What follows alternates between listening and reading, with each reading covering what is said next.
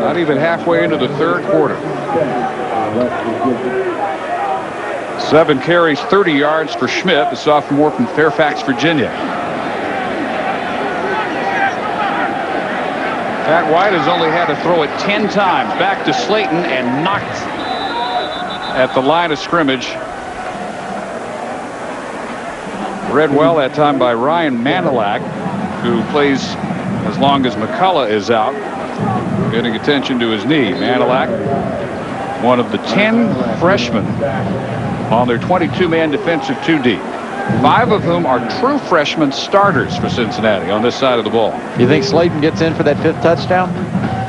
Bet he's going to get a chance. And then the question is, will they leave him in if they get it to 35-0 and give him a chance to tie his own record? White will keep, and that's as well as they've defended that quarterback option tonight. A couple of times White has turned that up for 30-plus yards. This time Adam Roberts, the lone senior up front from Brooklyn. And in fact, the lone returning starter in the front 7 for the Bearcat defense. You know, as you get down the road here, Pat White, once he gets up in the line, right now, he should have pitched the football. If Slayton keeps that 5-yard relationship, those good option quarterbacks, they get up in there, they draw the secondary, and you've seen them kick it out to the outside, then it becomes a touchdown. Instead, 3rd and 8. And White back in the gun. Low snap, he handles it. And bobbled and dropped by Slayton. Slayton, not a bad receiver. Their 3rd leading receiver. He scored once this season that way, and now 11 on the ground, but it won't come here evidently. It is on 4th and 8 to send the field goal unit on. This kid's got a big leg. McAfee and Rodriguez were talking last night about how you saw the Marshall game and Southern Miss, and Marshall's kind of wishing they had a guy that could put it through the uprights. 8 out of 13 for the true freshman from Plum, Pennsylvania, Pat McAfee. A 28-yarder this time, and splits the uprights. So West Virginia has to settle for 3 after the interception by Kevin McLeese set it up. 31-0 with 7:04 to go in the 3rd. We'll look at some BCS possibilities when we return. Although, Dominic Goodman. Hitting remains fierce. Flag down at the end of this return at the 16. 2 flags, in fact, and the second flag comes in the midst of the exchange on the West Virginia bench between the special team and the defenders coming in. During the return, illegal block in the back, number 89. Penalty is half the distance to the goal. First down. all right, so that crystal ball, you know, it might have a little mud to it, but you know what? These are the projections that we have coming from this booth, and Dave's a part of it. And I want you to take notice down there at the Sugar Bowl. I'm partially part of this. Okay. I'm going to have a big disagreement with you on one of your selections. Your former partner, Bill Curry, would be disappointed in you. USC and Texas, and then how about the Fiesta? Notre Dame and Penn State. That'd be a great matchup. Watching those two teams go at each other with the defense of Penn State against Brady Quinn and that offense. I mean, that'd be awesome. Now, Miami and West Virginia down in the Orange Bowl, the Sugar Bowl, you saw it. That's assuming Alabama gets in there. You know, and when you look at Alabama playing against an Ohio State team, I think what you see here are two at-large teams in Notre Dame and Ohio State that are big national programs that are good for ratings, in essence. So again, you're saying Alabama, which can't score on offense, haven't been able to since they lost to Pro Throw, gets by LSU this week, gets by Auburn, gets by probably Georgia, project ahead whoever they play in the SEC title game. If they get that far, you see them winning with such an imbalanced team. This fumble recovered at the 13 by West Virginia. Cincinnati continues to add to its own problems, and here comes another late flag after the recovery by D. McCann, the senior corner. On the field.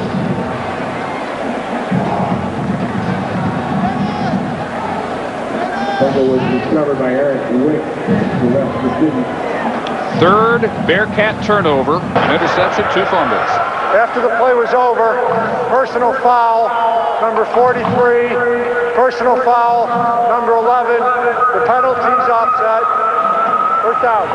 Kevin McLee and Bradley Glodar. What you don't want to have is a young football team, and both of them are young, to get out of control here. Cincinnati have a lot of frustrations trying to make the extra effort, but now West Virginia has the luxury of not worrying about trying to strip the ball and missing a tackle. So as a ball carrier, you have double responsibility of focus on holding on to the ball, because you know that West Virginia defense, they're going to be trying to strip it out. This is part of the formula West Virginia used to blow out UConn last week. Lots of short fields. This will be first down at the 12, and West Virginia with some confusion in the quick change.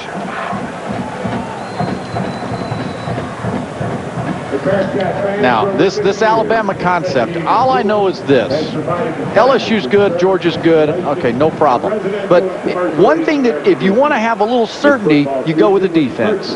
An offense might have a down time, right? But a defense typically comes through. So when you try to make projections and you look ahead a little bit, I'm going with Alabama's defense. All right, and I've said I think LSU's probably got the best combination of offense and defense, and Holly disagrees with both of us. Well, guys, I have kind of a different interest because I'm going to Georgia to do that Georgia-Auburn game. But, guys, I've seen Georgia a couple of times this year, and they're a very solid team. They'll get DJ Shockley back this week. He has been able to practice. And with their senior quarterback, with that spirit that he brings to the team, they are very good. In fact, Greg Blue on their defense has just been named one of the 12 semifinalists for the Jim Thorpe Award. So both sides of the ball, Georgia's very solid, good kicking game. I'm going to lobby for Georgia. Very courageous of you, Holly. As you head to Athens tomorrow, 1st and 10, Slayton pulls ahead and gets inside the 5.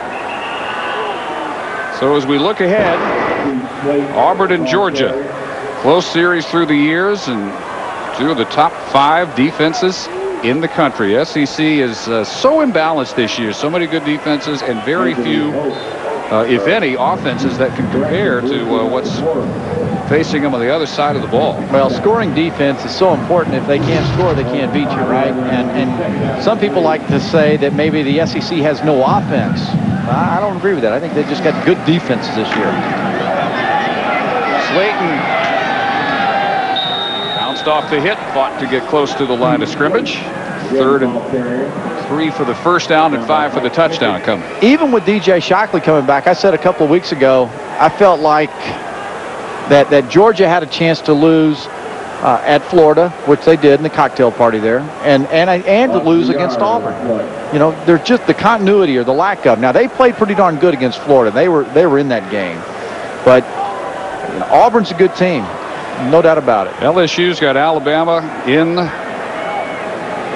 Tuscaloosa. Then they've got Mississippi, and that's on the road. Then they host Arkansas. Schmidt tripped up at the 1. There's a marker at the line of scrimmage. And then LSU with victories over Florida and Auburn. Holding going to bring this one back. Georgia's got Auburn and Kentucky at home, and then they go to Atlanta to take on Georgia Tech. Always a fun game to watch.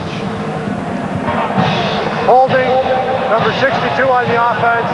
10-yard penalty from the line of scrimmage. Repeat 3rd down. Ryan Stanchek, the left guard. From here in Cincinnati, redshirt freshman. Oh, the animation. It's not nothing, although if you just watch Rich Rodriguez, you think every game is always nothing to nothing. He coaches it that way. You know what? Flip the switch on. There's no time to turn the switch off until you're going to class or you're going to be a civilian. Right now, you got a helmet on and you're a football player. And he coaches. He's got to turn the switch on, too. So 3rd and 13 for the first down, 15 for the touchdown. They'll have to use another timeout to avoid a delay penalty. That is our 2nd timeout of the half. So many intriguing matchups coming this week, including this one, LSU Alabama, number 5 against number 4. LSU, the 6th best scoring defense in the country, and The only reason Alabama is still undefeated is that 8.2 per game they're allowing, which leads the nation. I just was wondering if you recognize that, Barnett, that Alabama is in single-digit scoring defense. And I mean, the monitor doesn't lie. You know, the guys in graphics put together the truth. And the truth is LSU, Auburn, and Georgia, they're in double-digit scoring defenses. Still good, but it's not like Alabama scoring defense. And you don't have to do anything spectacular with their defense. Offensively, just don't mess it up. Again, how long can that continue, though? How long can you ask your defense to score all the points as they did against Mississippi State when you're getting LSU and Auburn and maybe a Georgia? And that's just too much to ask. They've done an incredible job, but I can't possibly see that continue. You're going to agree that in these games like this in the SEC, they're going to be defensive battles. Yep. And if your game plan is to stay in the game and stay close and win it with a field goal in the fourth quarter, you know, you're not out of whack when all of a sudden your offense isn't doing anything. You don't get disturbed. That's a tightrope that's hard to walk every single week in the SEC. On 3rd and 13, White rolling to the end zone for Reynard. Touchdown.